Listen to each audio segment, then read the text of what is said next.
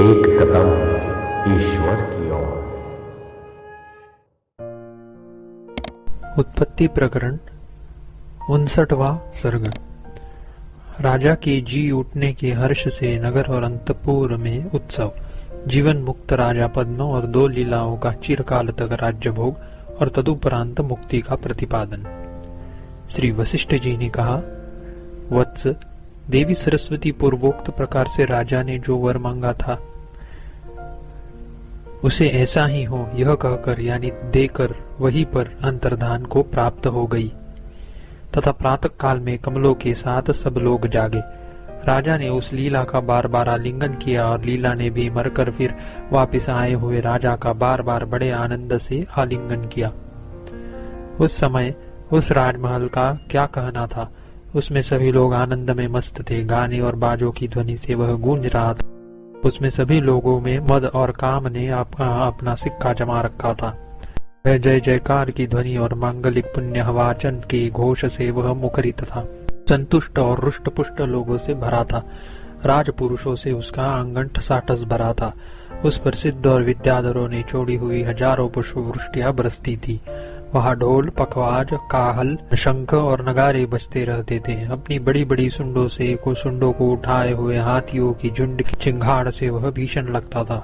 उसका आंगन उद्यत नृत्य करने वाली नर्तकियों से पूर्ण था, अतएव उसमें विचित्र ध्वनि हो रही थी। परस्पर एक को दूसरे की टक्कर लगने से राजा के लिए उपहार ला रहे लोगों के उपहार वहां पर गिर रहे थे। गिर रहे उपहारों से वह नीचा ऊंचा हो गया था। फूलों की सिर से, मालाओं और उत्सव के साज बाजों से भरपूर विविध लोगों के इधर उधर आने जाने से वह बड़ा भला लगता था। मंत्रियों, अधीन राजाओं और नगर वासियों से बिखरे गए फूलों, मालाओं और मोतियों से चारों ओर आच्छन्न होने के कारण ऐसा लगता था मानो उसे रेशमी वस्त्र पहनाए गए हों। नर्तकियों के लाल लाल हाथों से जो आकाश में नाच रहे थे बड़े बड़े कमलों वाले तालाब के सदृश प्रतीत होते थे। खूब प्रसन्न स्त्रियों के कानों के कुंडल उनके विशेष रूप से गर्दन घुमाने से झूल रहे थे। इधर उधर चलने फिरने वाले लोगों के पैर पड़ने से फूलों का कीचड़ भला प्रतीत होता था। वहां पर शरद काल के तुल्य सफेद रश्मि वस्त्रों के चदवे तने थे। रूपवती ललनाओं के मुखों से उक्त महल के आंगनों में लाखों चंद्रमा नाच रहे थे, यानी सुंदरियों के प्रतिबिंबित मुखरूपी लाखों चंद्रमा उसके आंगन में नाच रहे थे। पूर्व लीला परलोक से रानी को यानी दूसरी लीला को और महाराज पद्म को लाई। इस प्रकार की सैकड़ों प्रबंधों के रूप में प्रस्तुत गाथाओं का देश देशांतर में लोग गान करते थे। राजा पद्म ने अपने मरण आदि की कथा को जो संक्षेप से कही गई थी सुनकर नौकरों द्वारा लाए गए 4 सागरों के जल से स्नान किया।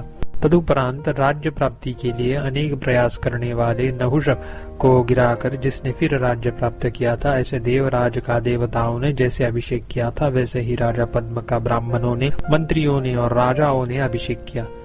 प्रथम लीला, द्वितीय लीला और राजा जो जीवन मुक्त और महाज्ञानी थे, श्रुतों की नाई पूर्व वृत्तांतों की कथाओं द्वारा रमण करते थे। राजा पद्म को पूर्वोक्त रीति से सरस्वती के प्रसाद से और अपने पौरुष से वह तीनों लोगों का कल्याण प्राप्त हुआ। राजा ने जो सरस्वती की प्रसन्नता, पुनर्जीवन और राज्य प्राप्त किया वह तो दैव से ही मिला, अपने पौरुष से मिला नहीं। ऐसे श्री रामचंद्र जी की शंका को ताड़कर श्री वशिष्ठ जी की यह उक्ति है। सरस्वती की आराधना आदि रूप अपने पौरुष से सरस्वती का प्रसाद प्राप्त हुआ। उसका प्रसाद काकतालीय के समान आकस्मिक नहीं है, यह भाव है। दोनों लीलाओं से युक्त प्रशंसनीय राजा पद्म ने, जिसे श्री सरस्वती देवी जी द्वारा उपदिष्ट ज्ञान से भली भांति आत्म तत्व का ज्ञान हो चुका था, वहां पर 80,000 वर्ष तक राज्य किया। वे जीवन मुक्त जिनका आत्म तत्व ज्ञान खूब बद्ध मूल हो गया था, इस प्रकार 80,000 वर्ष तक राज्य करके विदेह मुक्ति को प्राप्त हुए। अपने राज्य का जो प्रजाओं के नित्य अभ्युदय से दोष रहित तथा शास्त्रानुसारी होने के कारण विद्वानों के भी मन को हरने वाला था। अपनी कुल परंपरा की मर्यादा के योग्य था। भोग, यश और धर्म देने वाला होने के कारण अपने लिए भी हितकर था। लोगों के चित्त के अनुरंजन में दक्ष था, अतएव संपूर्ण लोगों को संतोष देने वाला था। चिरकाल तक पालन कर वे सुंदर दंपत्ति विमुक्त हो गए। 59वां सर्ग समाप्त।